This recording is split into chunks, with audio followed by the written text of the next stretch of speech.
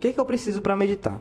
Eu preciso de um caderno e um papel, ou um caderno ou um papel. Aí você pode pegar suas canetinhas, seus lápis de cor, o que você quiser. Tem gente que é visual e gosta de desenhar. Eu, particularmente, eu gosto muito de desenhar. Deus fala muito comigo através da arte.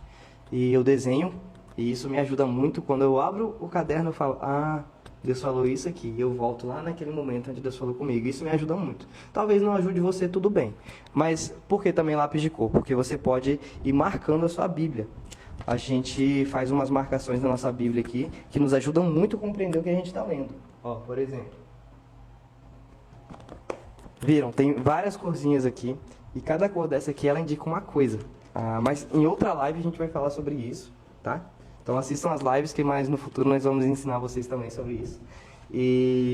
Mas por que as cores? Porque elas nos ajudam a entender o que está acontecendo. Então eu, que sou uma pessoa bastante visual, isso me ajuda muito, certo? Aí tá, aí você pega um caderno, aí você pega lápis, essas coisas, tudo que eu já falei. Aí você pode começar fazendo como se fosse um diário. Você coloca lá a data que está, você coloca o texto bíblico que você vai ler. Uma coisa muito interessante é que você leia sempre, você medite em passagens pequenas, a não ser que você tenha muito tempo disponível para isso, ok? Outra coisa, a gente tem que encontrar na meditação o caráter de Deus. A gente tem que buscar sempre o caráter de Deus, características de Deus, certo? E eu tenho que aplicar na minha vida aquilo que eu aprendi naquele tempo e que Deus falou comigo, ok? E aí, o que acontece? A gente faz uma rápida intercessão que a gente vai fazer aqui agora. Então, eu vou explicando bem rapidamente. Que primeira coisa a gente vai fazer o coração limpo, que é pedir a Deus a sondar o nosso coração. Então, a hora é basicamente isso aqui, ó. Deus, eu te peço que o Senhor venha nessa noite, que o Senhor sonde o meu coração, que o Senhor mostre aquilo que está em oculto, aquilo que eu preciso ser tratado, aquilo que o Senhor quer que seja transformado na minha vida, Pai. Em nome de Jesus. O próximo passo é reconhecer que eu não sei orar como convém. E, Pai, eu não sei orar como convém. Eu não sei falar contigo, eu não sei me achegar a Ti como eu deveria realmente chegar. Mas, por favor, Pai, me ajuda a orar. Me ajuda a me aproximar de Ti. Em nome de Jesus. Aí a gente vai para os dois próximos pontos, que é o calar a voz do nosso eu e calar a voz do inimigo. Porque muitas vezes o inimigo está lançando dados e setas inflamadas sobre nós, e também nós estamos querendo tomar o lugar de Deus e falar coisas que Deus não está falando. Então a gente faz o seguinte: Pai, em nome de Jesus eu te peço que o Senhor venha e cale a voz do meu eu. Que o Senhor cale tudo aquilo que eu quero colocar nesse tempo e que eu esteja somente disponível para ouvir a voz do Senhor. Da mesma maneira eu peço que o Senhor venha e cale a voz do inimigo. Me proteja e me blinda de toda seta inflamada, de todo dardo e toda armadilha que ele jogar contra mim. Que o Senhor me ajude, Pai, a permanecer em Ti. Em nome de Jesus. Aí a gente vai o quê? Para a dependência e a liderança do Espírito Santo. E é basicamente pedir que o Espírito Santo lidere este tempo. Que Ele esteja falando e que Ele esteja te direcionando. Então você ora dessa mesma maneira. Isso que eu acabei de falar aqui já foi uma oração. E aí a gente agradece a Deus por fé, por aquilo que Ele ainda vai falar. E é basicamente assim: Pai, eu te agradeço por fé, por tudo aquilo que você vai falar neste tempo. Eu te agradeço por fé, porque eu sei que o Senhor vai fazer coisas grandiosas nesse momento. Em nome de Jesus. Amém. O próximo passo é aguardar em silêncio. Mas como a gente está no tempo corrido, a gente crê que Deus também vai falar nesse momento conosco, né? Então, vamos agora para a nossa meditação. Eu já fiz uma meditação rapidinha aqui, para poder estar pronta e vocês verem como eu planejo a minha meditação em cima desses passos que eu trouxe aqui, ok? Então vamos lá. O primeiro ponto eu escrevi aqui, ó. Alberto Ferrari, dia 4 de outubro de 2024. O texto que eu escolhi foi o texto de Romanos 7, dos versículos 1 ao 6. Foi um texto que Deus falou grandemente no meu coração, no momento que eu estava passando por dificuldade. E hoje Ele me lembrou desse texto e eu voltei lá. E aí Romanos 7, versículo 6, está escrito assim: Porventura ignorais, irmãos, pois fala os que conhecem a lei. Vocês estão me ouvindo, né, gente? Eu apertei um botão aqui no microfone sem querer. Vai mandando ok, por favor. Porventura ignorais, irmãos, pois fala os que conhecem a lei, que a lei tem domínio sobre o homem e toda a sua vida. Ora, a mulher casada está ligada pela lei ao marido enquanto ele vive. Mas se o mesmo morrer, desobrigada ficará da lei conjugal. De sorte que será considerada adúltera se vivendo ainda o marido, unir-se, cadê me perdi? Se vivendo ainda o marido, unir-se com outro homem. Porém, se morrer o marido, estará livre da lei e não será adúltera, se contrair novas núpcias. Assim, meus irmãos, também vós morrestes relativamente à lei, por meio do corpo de Cristo, para pertencerdes a outro, a saber, aquele que ressuscitou dentre os mortos, a fim de que frutifiquemos para Deus. Porque quando vivíamos segundo a carne, as paixões pecaminosas, postas em relance pela lei, operavam em nossos membros a fim de frutificarem para a morte. Agora, porém, libertados da lei, estamos mortos para aquilo que estávamos sujeitos, de modo que servimos em novidade de espírito e não na caducidade da letra. Aqui, meus amigos, é um texto, como eu disse, que está em Romanos 7, dos versículos 1 ao 6. E aí, o que eu faço?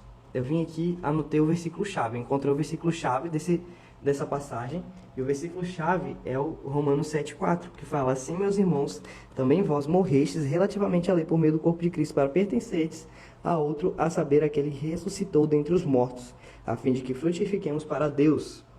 Ou seja, eu estive aqui lendo, eu estive anotando todas essas coisas aqui, eu estive meditando em cima disso, eu estive buscando em Deus, eu fiz todos aqueles passos que eu ensinei para vocês, e eu falei: Deus, agora eu preciso que o Senhor fale comigo. Por que esse texto?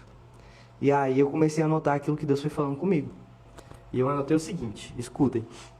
O texto fala sobre o pecado e suas consequências. Ele usa o exemplo da mulher casada, que quando unida ao homem pela lei, ela vai e se une a outro, sendo o primeiro marido dela ainda vivo. Ou seja, por isso ela está em adultério. Mas se o homem que ela se casou primeiro morrer, o primeiro marido dela morrer, ela ficará livre da lei para se unir a outro homem. Ou seja, a união aqui, que a lei fala, é essa aqui, ó, é a aliança. A partir do momento que eu me casei, pela lei e diante de Deus, eu estou unido à minha esposa. E se eu for lá, eu contrair núpcias, aqui se refere ao ato da relação. E se eu for lá e contrair núpcias com outra mulher, eu estou em adultério. É sobre isso que ele está falando o texto. Então, ele está dizendo que... E aí que se o marido da mulher morrer, no caso do texto, ela fica livre para poder ir e contrair novas núpcias. Ou seja, se o marido dela morrer, ela pode novamente se casar. Mas com o marido vivo, não. Só que isso aqui ele está fazendo uma referência a uma lei que está lá em Levítico, que é sobre a lei do casamento, do matrimônio. E aí ele continua dizendo assim, eu anotei o seguinte: este exemplo nos faz entender a lei sobre o adultério. Porém, o autor aqui está falando sobre que os nossos pecados são como o adultério contra Cristo. E aí, no livro de Levítico, no capítulo 20, vamos abrir lá rapidamente aqui, deixa eu encontrar Levítico. Passei, está em Gênesis, Êxodo e Levítico. Cheguei. Levítico 20, 16, ele está dizendo o seguinte: se um homem adulterar com a mulher do seu próximo, será morto o adúltero e a adúltera. Ou seja, se um homem, ou a mulher, no caso que está sendo falado aqui em Romanos, for lá e adulterar, essa pessoa vai ser morta. E a pessoa que adulterou junto dela também, porque os dois estão em adultério, e não somente o que é casado. E aí, a minha anotação ela continua o seguinte: isso aqui que eu estou lendo para vocês são as minhas anotações, ok? Do que Deus foi falando comigo.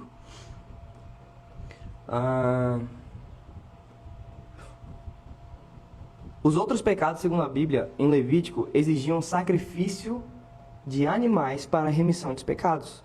Ou seja, quando você pecava, você ia até o templo, levava um animal, e lá ele era imolado, lá ele era sacrificado diante do altar, para que você fosse perdoado dos seus pecados. Mas o adultério exigia a morte dos que o cometiam, para vocês entenderem o quão grave é o adultério para Deus. Então, aqueles que adulteravam, lá nos tempos de Levítico, eram apedrejados? Não lembro agora, mas eles eram mortos. Mas nós vemos aqui em Romanos que, pelo corpo de Cristo, Ou seja, pela morte de Jesus Cristo, nós fomos libertos de todo o pecado. Pois nós que somos cristãos, estávamos em pecado com nossas práticas pecaminosas. Porém, agora que aceitamos e nos batizamos em Cristo, e Cristo se sacrificou por nós, antes do nosso batismo, obviamente, nós morremos e ficamos livres da lei e estamos pertencendo a Deus através do corpo de Cristo. Ou seja, o que o escritor desse livro aqui de Romanos está querendo dizer? Que nós estávamos em adultério com o pecado. As nossas práticas pecaminosas eram como um adultério. Só que Cristo morreu para que nós fôssemos libertos da lei, porque nós precisaríamos ser mortos segundo a lei, por conta de nossos pecados. E Cristo foi e morreu por mim e por você, para que a gente pudesse ser liberto da lei e que a gente pudesse ser liberto da morte.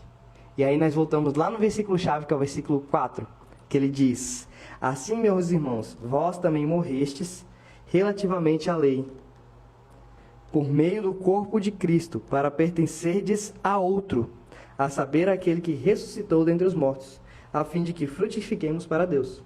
O 5 diz assim: porque quando vivíamos segundo a carne, ou seja, segundo o pecado,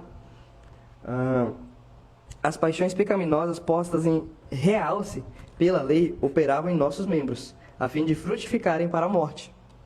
Agora, porém, libertos da lei, estamos mortos para aquilo que estávamos sujeitos, ou seja, nós estamos mortos para a morte. De modo que servimos em novidade de espírito e não na caducidade na letra, ou seja, não mais ao pé da letra, ao pé da lei, porque nós somos libertos da lei, e por conta do sacrifício único de Jesus, nós não precisamos mais morrer pelos pecados que nós cometemos, e nós somos libertos. E essa é a verdade, que Cristo nos liberta. E aí nós temos que trazer um caráter de Deus sobre tudo isso que a gente aprendeu aqui. E o caráter de Deus é que Deus é perdoador.